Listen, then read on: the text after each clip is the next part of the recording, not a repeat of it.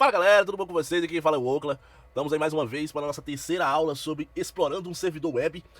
Na aula passada a gente conseguiu ver um pouco sobre como funciona a linguagem de programação web. A gente criou, na verdade, algumas páginas básicas, né, em HTML. A gente viu um pouquinho ali de CSS, né? Na verdade, eu não expliquei nada muito a fundo, a não ser o processo de criação das páginas, como funciona o servidor. E a gente criou uma página de login, né? Onde nessa página de login eu passava dados, fazia uma verificação de dados na mesma página via push, né? Passava esses dados via push, e aí depois pegava esses dados e analisava via PHP se isso estava funcionando ou não.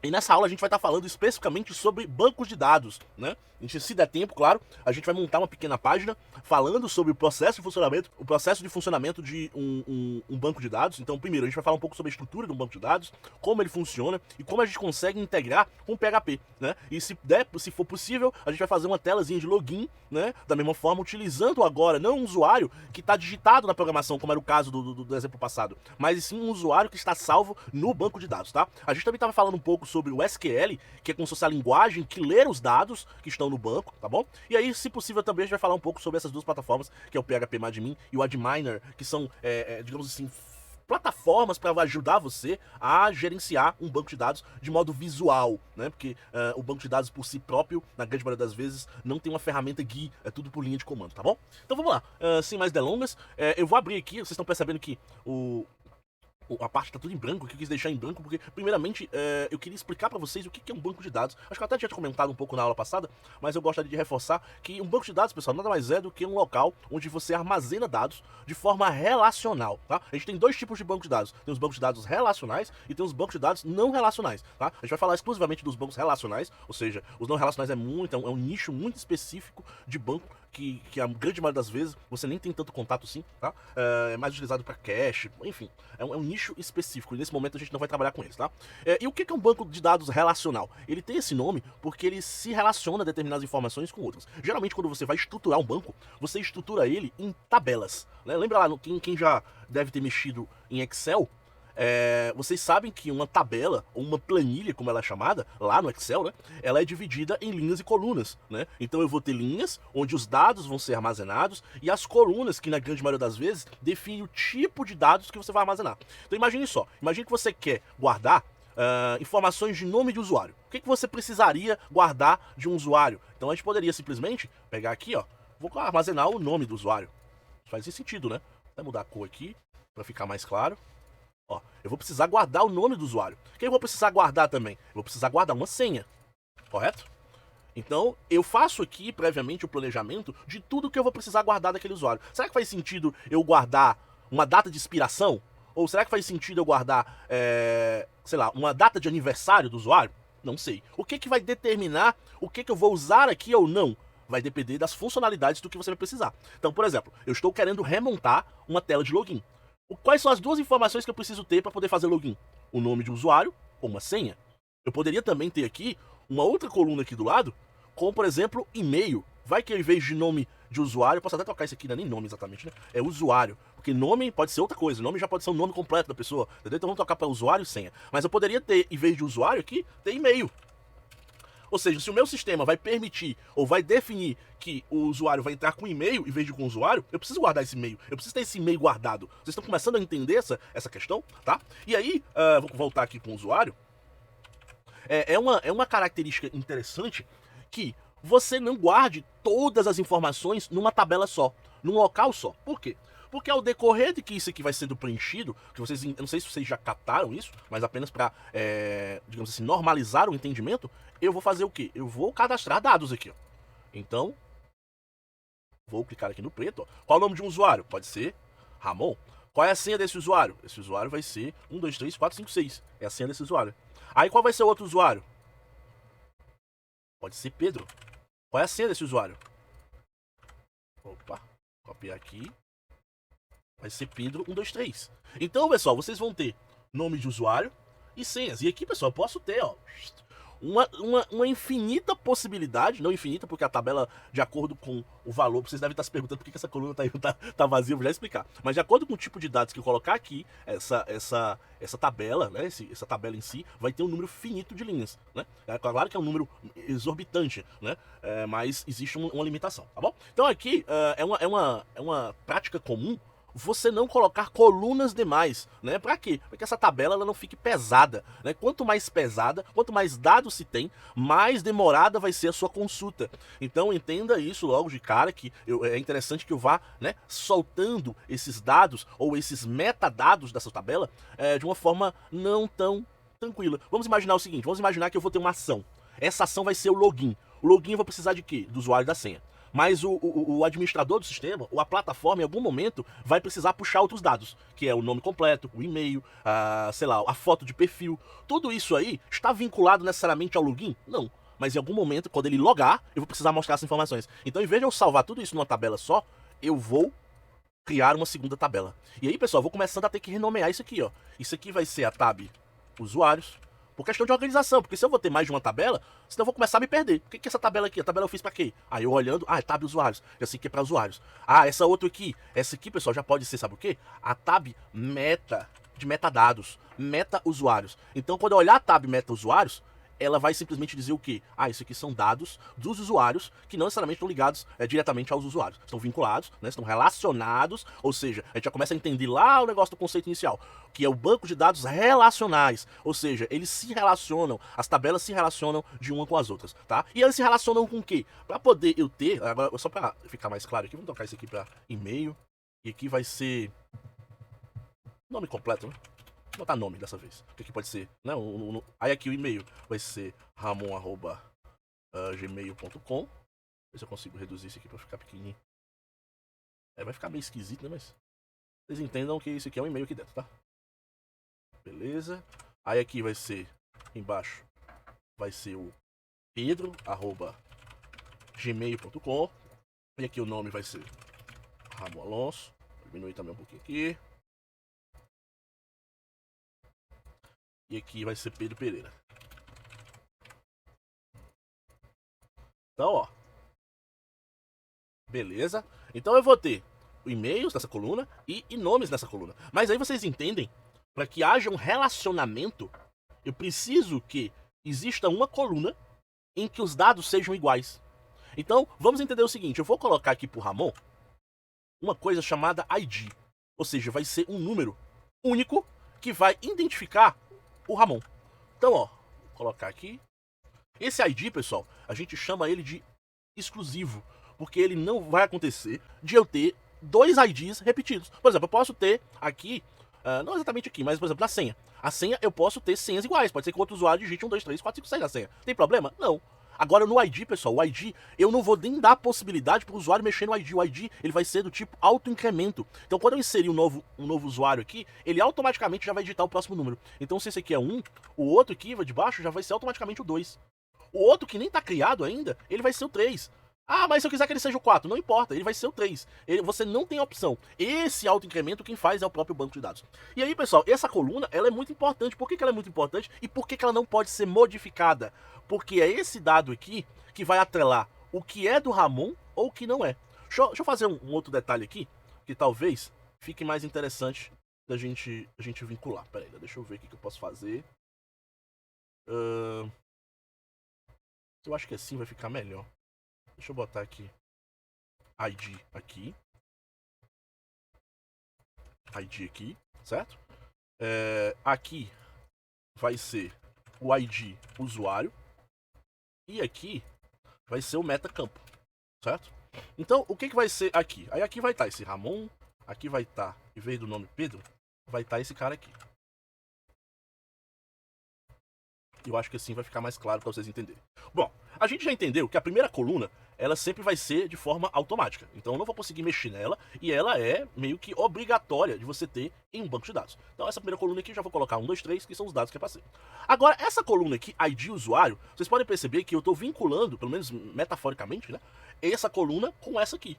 Então, quando eu for buscar os dados aqui, o que vai fazer, o que vai me dizer nessa coluna que esse dado que está aqui no meta se relaciona, por exemplo, com o Ramon? É o ID. Então, se esses dados aqui que eu estou colocando são dados do Ramon, então o que eu vou fazer? Eu vou dizer o seguinte, o banco, esse cara aqui é relacionado a esse cara aqui.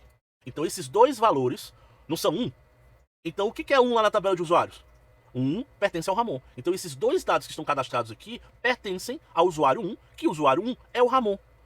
E assim, pessoal, eu vou preenchendo tabelas de metadados. Vamos supor que eu fosse colocar aqui agora, ó, o 2 aqui embaixo. O 2. O 2 é vinculado a quem, pessoal? O Pedro. Então aqui, nesse aqui, poderia ser um dado do Pedro. Claro que eu estou simplificando, pessoal, aqui, mas a ideia é que vocês entendam um conceito muito importante, que é o relacionamento. Então essa coluna aqui, não sei se eu consigo desenhar aqui, se eu não consigo. Acho que eu não tenho desenho livre. Mas essa coluna se relaciona, acho que eu vou ter seta. Aqui, upload. Não, upload não. Seta. Pronto. Seta. Laranja. Então essa coluna se relaciona com essa. Tá muito grande, mas tudo bem. Beleza? Conseguiram? Ficou claro, pessoal, essa questão? E sempre, ou seja, uma outra característica também, que eu não vou entrar muito a fundo nisso, né? Que isso aqui, existem tipos de relacionamento, né? Existe um relacionamento um para muitos, muitos para um, ou muitos para muitos. Isso aqui é um tipo de relacionamento um para muitos. Por quê? Porque eu vou ter uma entrada para muitos dados. Então eu posso ter múltiplas linhas aqui vinculadas a um único dado aqui, tá?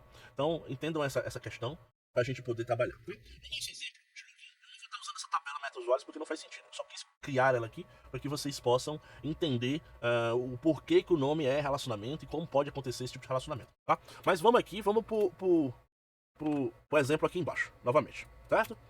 Para poder eu consultar esses dados, pessoal, eu preciso usar uma linguagem que a gente chama de SQL. E aqui essa linguagem, ela serve exclusivamente para fazer consultas nesse banco de dados. Ela é muito simples, pessoal. Vamos supor que eu quisesse trazer aqui para vocês. Eu vou até fazer melhor. Eu vou explicar agora não. Vou montar essa tabela.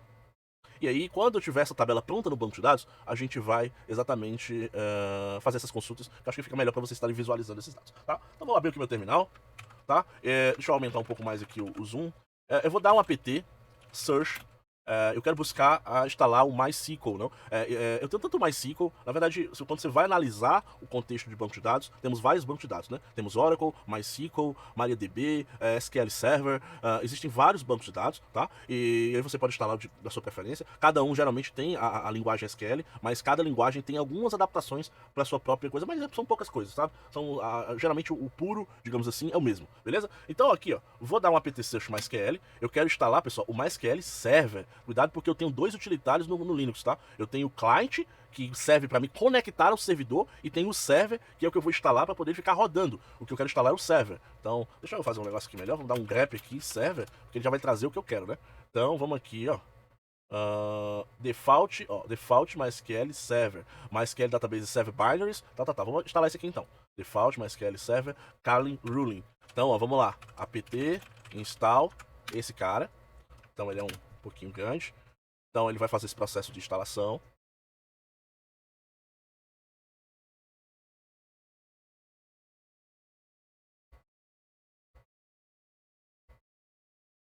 Beleza, instalou, tá? A partir do momento que ele instalou, pessoal, possivelmente o serviço do MySQL ainda não está funcionando. Então para isso a gente vai dar um service, MySQL, acho que é MySQLD, o nome do serviço, o daemon, status. Não é MySQL daemon, deixa eu tentar aqui. Ó, se eu não souber o nome do serviço, pessoal, pode acontecer também. Você dá esse service, se não me engano, é wall services. Não, deixa eu dar um help aqui. Aqui, ó, status all, nada a ver, né, que tá falando? Então eu vou dar service, status all. Geralmente o serviço do MySQL vai estar aqui, né? Então, ó, ele instalou, ó, tá instalado aqui, ó, o MariaDB. Então, MariaDB, pessoal, ele é uma variante estranha que realmente eu instalei mais. Será que eu instalei o MariaDB? Acho que o padrão do MySQL do Kali Linux, que eu tô no Kali Linux aqui, é o MariaDB. Faz sentido, tá? Mas o MariaDB, pessoal, é a cópia muito... Quer dizer, a partir da versão 8 eles mudaram algumas coisas. O MySQL se tornou um pouco mais restritivo e o MariaDB ele ainda continuou um pouco mais flexível. Houve um fork da comunidade. Uma parte da galera queria que o MySQL fosse mais exigente e outra galera queria que ele continuasse sendo mais liberal. E aí houve esse fork, né? Essa separação de galeras aí com entendimentos diferentes. E surgiu o MariaDB nesse sentido, tá? Mas os dois são muito parecidos na questão de quando você vai fazer o contexto das tabelas. Vai mudar em algumas coisas que aí são mais tranquilos, tá? Mas vamos lá, continuando aqui. Então, a partir do momento que eu sei qual é o serviço, então vou pegar aqui service MariaDB status. Eu sei que ele está parado, então eu vou dar um start nele. Ó, startei o MariaDB, tá? Vai existir um scriptzinho, pessoal, que define, e eu não tô lembrado de cabeça, exatamente quando a gente não lembra de uma coisa de cabeça, a gente vai no ChatGPT. Então vamos aqui. Como definir a senha inicial do banco de dados MariaDB. É um comandozinho, pessoal, setup MariaDB, alguma coisa, setup MySQL, não sei o que. Que é exatamente para você definir o acesso a ele. A primeira vez. Acho que ele não. Não é essa.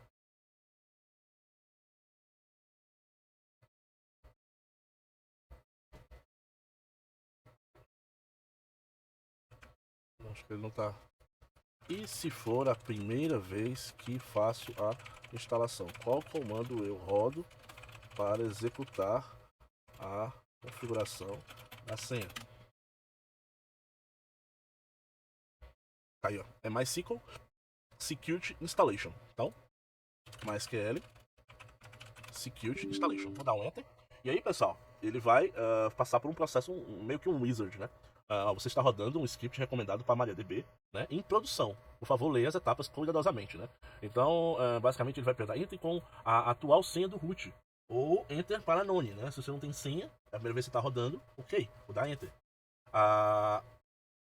Aí, setando a configuração... Será que ali já era para setar a senha? Acho que já era para setar a senha, né? Eu acho que já era. Vou dar um Ctrl C. Vou executar de novo. Aqui eu vou colocar uma senha, certo? Coloquei essa senha. Agora ele quer falar se ele quer trocar para um Unix Socket. Eu vou botar Yes, acho que é padrão. Se eu quero mudar a senha de root. Não quero. Se quero remover Anonymous User, sim. Se desabilitar o acesso de root remotamente, sim, é uma boa prática. E se você quer remover o banco de dados de teste, sim, eu quero. Depois você quer saber se você quer, ou seja, aplicar os privilégios que você acabou de mexer. Vai ser sim. E aí ele agradece. E agora eu posso vir aqui, pessoal, e fazer o seguinte. Dar um MySQL, -u, root, -p e colocar a minha senha. Pronto. Eu entrei agora no banco de dados, tá? Esse comando aqui, pessoal, é um comando de cliente, tá? Esse aqui não é mais um relacionado ao servidor, né? É um cliente MySQL que você instala. Se eu não me engano, se ele não der certo, ele vai falar, instale MySQL-client, né? Você dá uma apt install MySQL client e aí você vai conseguir entrar com essa forma aqui, ó. MySQL, -u e -p. -u para especificar qual usuário que você quer entrar e -p para ele pedir a senha. Você digita a senha e aí você se conecta. E aí vamos para algumas coisas bem interessantes. Primeira coisa, quando você entra no usuário, é bem comum você querer visualizar os bancos de dados, os bancos que estão criados, né? Então, aqui, pessoal, essas tabelas, como eu já tinha falado, elas precisam estar dentro de um banco de dados. Então, dentro de um servidor Linux, eu posso ter 1, 2, 3, 4 bancos de dados, quantos eu quiser, tá? Então, para listar quantos bancos de dados eu tenho aqui, que não vai ter nenhum, mas só para vocês entenderem, vocês podem dar um show databases. Lembrando que tudo tem que ser terminado com ponto e vírgula. Vou dar Enter. Não tem nenhum criado por mim, né? Perdão. Mas tem 4 padrões, que são o Formation Schema, o MySQL, o Performance Schema e o SYS. O mais importante, que geralmente você mexe um pouquinho nele, é o MySQL, que é onde o banco de dados é um banco de dados que guarda informações do banco de dados. É meio doido, mas, por exemplo, a senha que eu cadastrei aqui do root, né? No processo de instalação, ela tá salva aqui. Né? Então, a gente pode até brincar um pouquinho aqui, dar uma olhada com alguns comandos dentro dessa tabela, desse banco, na verdade, pra gente entender tudo aquilo que a gente viu anteriormente. Então vamos dar uma olhada nela. Para me selecionar um banco de dados, né, que eu listei, aí eu vou dar um use MySQL, ponto e vírgula. Lembrando que o nome tem que estar exatamente igual ao que está aqui, tá? Então, vou dar um Enter. Ele falou agora que o database foi mudado, né? Que agora eu estou usando aquele banco de dados, tá?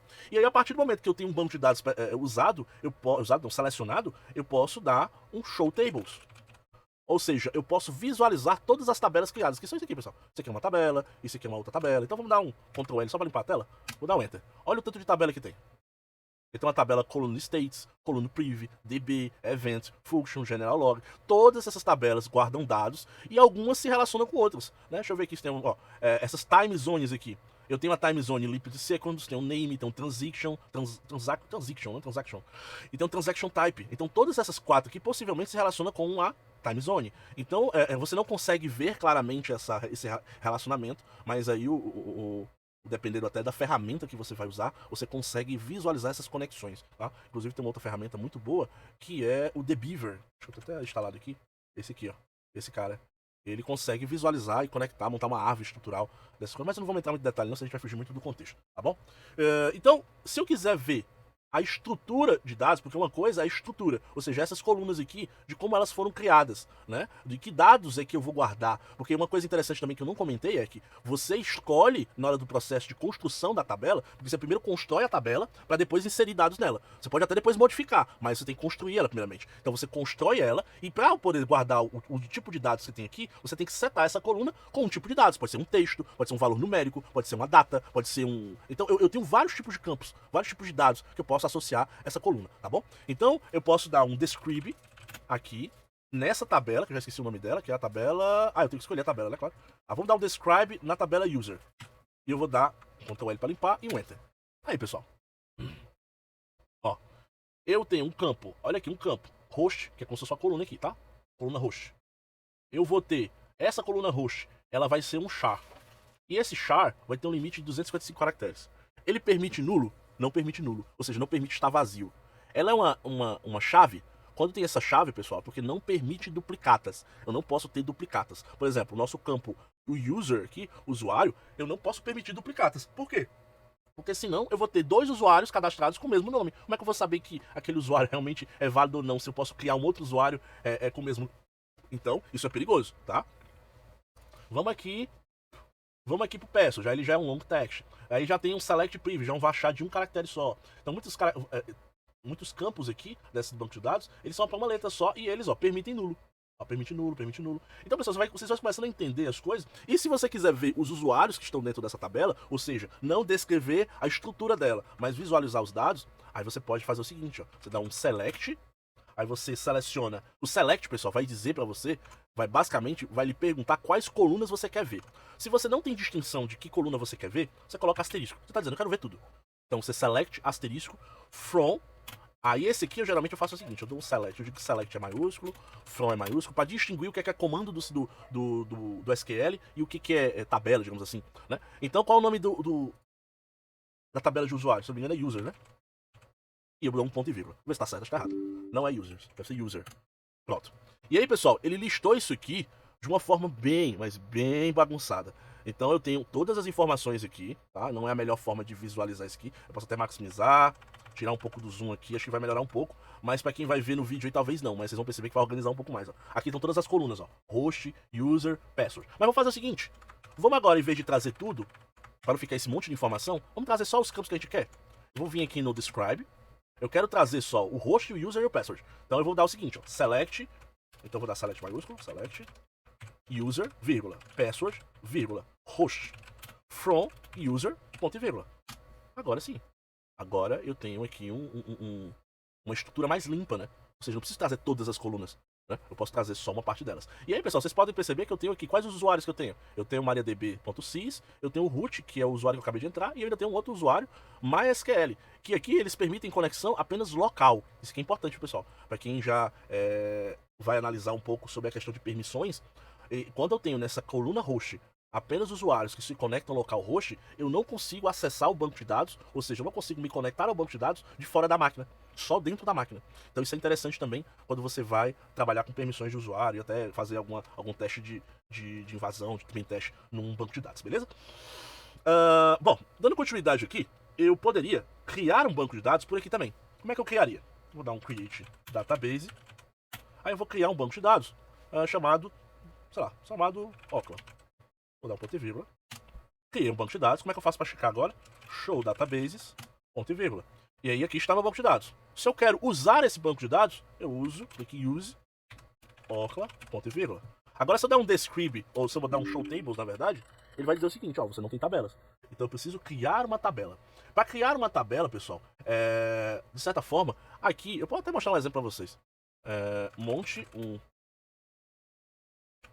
um comando SQL que permita criar uma tabela com duas colunas, sendo uma para usuário, que não permita duplicatas e nem valores nulos, e outra para senhas. Acho que isso aí, que também não permita valores nulos. Então, pessoal, quando eu digo ou não que eu permita ou não valor nulo, É como se eu estivesse dizendo, olha, aquele campo é obrigatório, então eu não posso ter um usuário sem senha, do mesmo jeito que eu não posso ter uma senha sem usuário. Do mesmo jeito que eu não posso ter usuário duplicado, vocês concordam? Então tudo isso eu tô passando aqui, certo? Comando MySQL para MariaDB. Preciso especificar porque cada banco pode ter sua particularidade, tá? Mas vamos lá. Ele vai dar um create table, especificando aqui os valores, ó. Certo? E aí, pessoal, eu não precisei dizer, mas ele criou um primary key, ó. Ele criou automaticamente aquela primeira coluna. Então essa tabela, em vez de uma coluna, de duas colunas, vão ter 3 colunas. Uma coluna chamada usuário, que vai permitir usuários até 255 caracteres, que eu acho um pouco exagerado, a gente pode até restringir isso aí, que não permite nulo. E uma senha de até 255 caracteres também, que também acho exagerado, porque não permite nulo, e um primary key. E um primary key chamado usuário. Ah, não, pessoal, o primary key aqui é dizendo o seguinte, que esse cara, ele é exclusivo, né? Ele não vai adicionar, não. Então eu preciso dizer pra ele que adicione, antes de tudo, um ID. É porque é o seguinte, como eu disse que o usuário vai ser um primary key, toda a tabela precisa de um primary key. Então, como eu não disse que o outro queria também o ID, ele já usou esse cara como primary key, entenderam? Então, antes de tudo, também um ID, auto-incremento, que não permita duplicatas. Ou seja primary key também. Auto-incremento, vou dar um enter. Pronto, ID int, auto-incremento. Usuário, agora ele está dizendo que tanto o primary key agora é o int, e que unique, ele está dizendo que o usuário agora, ele vai ser único, não vai permitir duplicados. Então tudo isso aqui, ó, é a consulta para criar a minha tabela. Então eu vou rodar ela aqui. De preferência, pessoal, em vez de simplesmente só copiar e colar, tendem a digitar os comandos, tá? Isso tende a reforçar mais o aprendizado. Mas vamos lá, criei a tabela. Ele deu um OK. Agora eu vou dar um show tables. Ele tem a tabela usuários. Agora eu vou dar um describe usuários. Agora eu tenho, ó, o ID não permite nulo. Ele é primary key. E a opção auto-increment. E aí o usuário e a senha, que é o texto. Eu poderia até ter diminuído, mas deixa pra lá. E aqui também tem, ó, o usuário como unique. Beleza? Bom, agora que eu já tenho o select, já vi o select que era para listar os dados, se eu der um select aqui, asterisco from usuários, ele vai mostrar nada porque não tem nada cadastrado, tá? Então você pode também, através do insert, do comando insert, fazer inserções no banco, né? Só que, como eu tô falando, vocês estão percebendo que os comandos começam a ficar muito longos, tal. Enquanto tá em comandozinhos pequenininhos, eu acho que a gente pode utilizar simplesmente o terminal. Agora, quando começa a você trabalhar exclusivamente com isso, com ferramentas, literalmente com trabalhar, com mexer com banco de dados, eu acho que você precisa de uma ferramenta para agilizar esse processo. E aí que entra, né, o nosso querido aqui, que eu tinha até colocado outra vez, nosso querido PHP+admin, ou o próprio adminer, né? E como é que você trabalha com eles? Primeiro, vocês precisam do PHP instalado. A gente já viu da outra vez que o nosso PHP estava instalado. Então eu vou dar um Ctrl D aqui para sair do banco de dados, do console do banco de dados MySQL. E agora eu vou lá em var www.html. Aqui. Tá instalado aqui? Ai não tá instalado mais não. Deixa eu dar um apt install. Apache 2. Eu reinstalei esse Kali.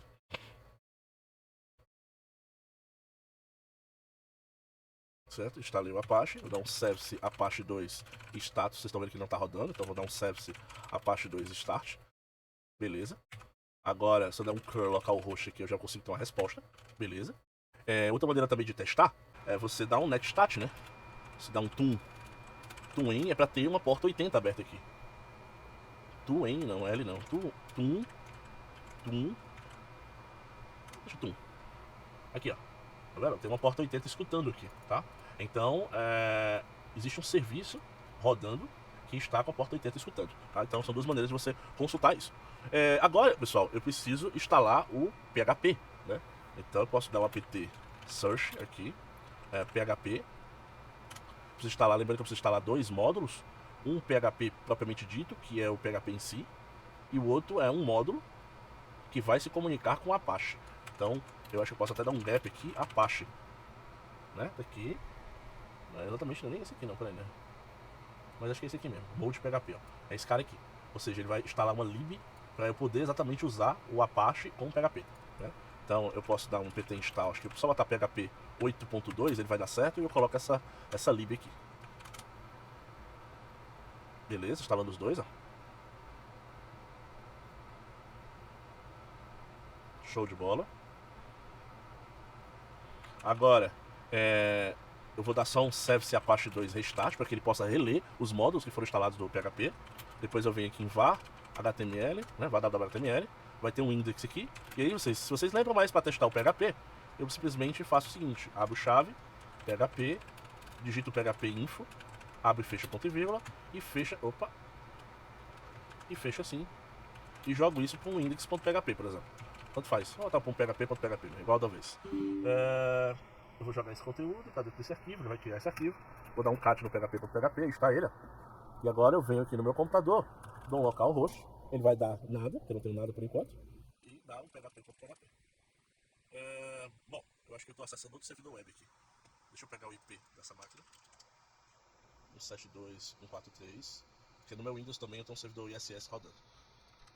E agora dá um Enter. Aí ele apareceu aqui, ele listou ó, o arquivo php.php. E aqui, pessoal, tem a página mostrando que o PHP está funcionando. Aí tudo isso, pessoal, para fazer o quê? Para você poder testar o PHP mais de mim. Vou aqui PHP mais de mim. Vem aqui em Downloads. Ó, ele vai começar a fazer um download de 1. Eu gosto de geralmente vir aqui na parte de... Acho que é ali mesmo, né? Antes de uma página. Mas eu posso vir aqui, ó, em cima da área branca, clicar com o botão direito e copiar link de endereço. Eu já venho aqui e dou um wget, ó.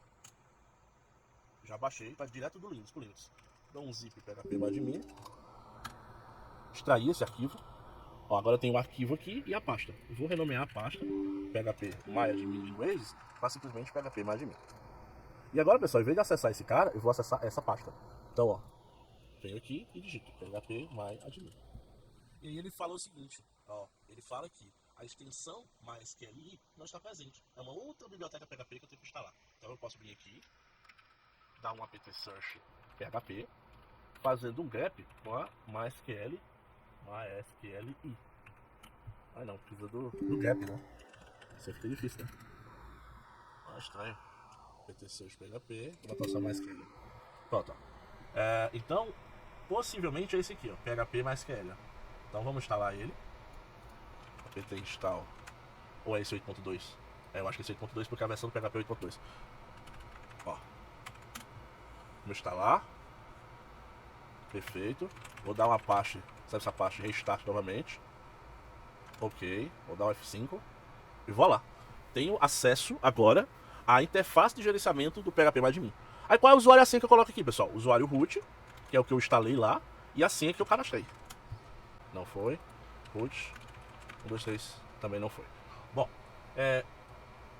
quando dá essa mensagem aqui, tem um detalhezinho que tá faltando.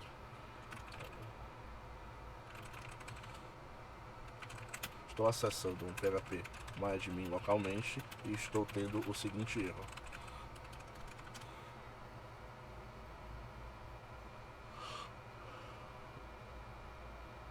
Verifique que o usuário e a senha. Tá bom. Vamos nos certificar que a senha tá ok? MySQL, certo? Entrei. Vou agora pegar a senha. Opa! Botar uma senha qualquer. Flush 1, 2, 3. Descobrir minha senha secreta, hein? Flush privilégios para poder resetar. Agora ele vai buscar os privilégios aqui. Ele tem privilégio para acessar qualquer canto identificado por esse hash.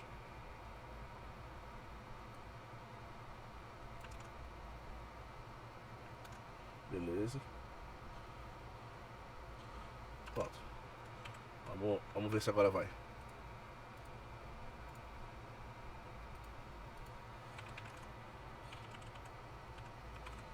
Não é a senha.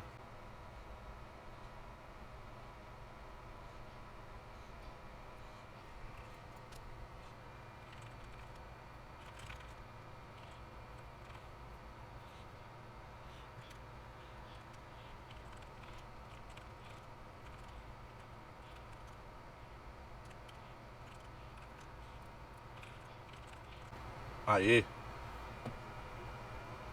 Pronto, pessoal, basicamente era a senha que tava com problema, tá?